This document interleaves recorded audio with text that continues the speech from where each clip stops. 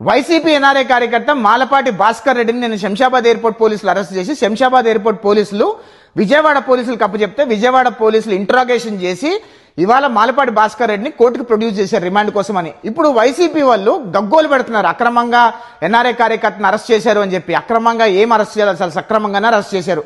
ఆంధ్రప్రదేశ్ రాష్ట్ర ప్రజలందరూ కూడా ట్విట్టర్లోకి వెళ్ళి మాలపాటి భాస్కర్ రెడ్డి అని కొడితే ఆయన ట్విట్టర్ అకౌంట్లో ఎంత భయంకరమైన ట్వీట్లు ఉంటాయి, ఎంత లేఖిగా ట్రోల్ చేస్తాడో మీకు స్పష్టంగా అర్థమవుతుంది. కొన్ని అయితే మనం చదవను కూడా చదవలేము. మాలపాటి భాస్కర్ రెడ్డి అనే వ్యక్తి ఆయన ట్విట్టర్ ఖాతాలో ఎంత భయంకరంగా ట్రోల్ చేస్తాడంటే ఆడవాళ్ళ క్యారెక్టర్ అసాసినేట్ చేస్తాడు, ఆడవాళ్ళకి అక్రమ సంబంధాలు అంటగడతాడు, ఆడవాళ్ళని బాడీ షేమింగ్ చేస్తూ ఉంటాడు, నీచంగా ట్రోల్ చేసే ప్రయత్నం చేస్తూ ఉంటాడు. భువనేశ్వర్ గారి దగ్గర నుంచి, బ్రాహ్మణి గారి దగ్గర నుంచి, పవన్ కళ్యాణ్ గారి ఇంట్లో ఉన్న మహిళల దగ్గర నుంచి, అనిత గారి దగ్గర నుంచి, పంచుమతి అనిరాధ గారి దగ్గర నుంచి అనేక రకాల మహిళలని ఎంత భయంకరంగా ట్రోల్ చేశాడో మనం అందరం చూసాం. మహిళలనే కాదు, అదేవిధంగా పురుషులను కూడా ట్రోల్ చేస్తాడు. ఈనాటి ముఖ్యమంత్రి చంద్రబాబు నాయుడు గారిని ఎంత భయంకరంగా ట్రోల్ చేశారు, ఉప ముఖ్యమంత్రి పవన్ కళ్యాణ్ గారు ఎంతమంది ట్రోల్ చేశారు, మంత్రి నారా లోకేష్ గారు ఎంత భయంకరంగా ట్రోల్ చేశారు, అదేవిధంగా ఎంతో మంది నాయకులని ఎంత భయంకరంగా ట్రోల్ చేశాడో ఆయన ట్విట్టర్ ఖాతాలోకి వెళ్తే స్పష్టంగా అర్థమవుద్ది. అదేవిధంగా ఈరోజు మాలపాటి భాస్కర్ రెడ్డి అరెస్ట్ అక్రమం అరెస్ట్ అని చెప్పి వైసీపీలు గగ్గోలు పెడుతున్నారు కదా.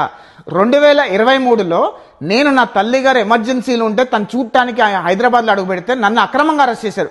అక్రమంగా అరెస్ట్ చేసి ఆ రోజు సిఐడి ఆఫీస్ తీసుకెళ్లి నా మీద అక్రమమైన కేసులు బనాయిద్దామంటే ప్రూఫ్లు నిలబడవు, కోర్టులోకి వెళ్తే మనం మళ్ళీ బెయిల్ వచ్చేస్తుంది, ఆనాటి జగన్ ప్రభుత్వం పరువు పోతుంది అని ఆ రోజు పోలీసులు నా మీద అరెస్ట్ వారెంట్ ఇవ్వకుండా 41 నోటీస్ ఇచ్చి పంపించారు. ఎందుకంటే 2019 నుంచి 2024 వరకు జగన్మోహన్ రెడ్డి హయాంలో జగన్మోహన్ రెడ్డి తీసుకున్న వికృత నిర్ణయాల పట్ల, ఆయన అవినీతి నిర్ణయాల పట్ల, ఆయన పాలసీ మేకింగ్ మీద, దాని మీద నేను ప్రశ్నించా, దాని మీద ప్రజలకు ఎక్స్పోజ్ చేశా.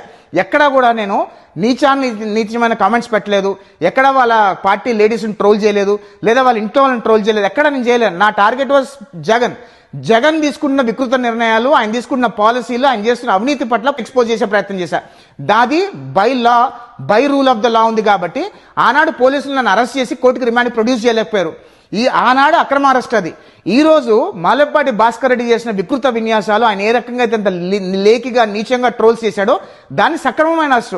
అందుకే పోలీసులు ఇప్పుడు ఆయన అరెస్ట్ చేసి కోర్టుకు ప్రొడ్యూస్ చేశారు. మాలపాటి అరెస్ట్ సక్రమమైన అరెస్టే. పోలీసులు ఖచ్చితంగా ఇలాంటి వాళ్ళందరినీ ఐడెంటిఫై చేసి వాళ్ళ మీద కేసులు పెట్టి సరైన చర్యలు తీసుకోవాల్సిన అవసరం ఉంది. ఎందుకంటే రాష్ట్రంలో జగన్మోహన్ రెడ్డి పార్టీలో ఉన్న వాళ్ళు రాజకీయంగా ఎదుర్కోలేక ఆడవాళ్ళ క్యారెక్టర్ అసాసినేట్ చేస్తూ ఆడవాళ్ళ మీద రాజకీయం చేసే ప్రయత్నం చేస్తుంటారు. ఇలాంటివన్నీ కూడా ఆంధ్రప్రదేశ్ రాష్ట్ర ప్రజలు గమనించాల్సిన అవసరం ఉంది. జై హింద్.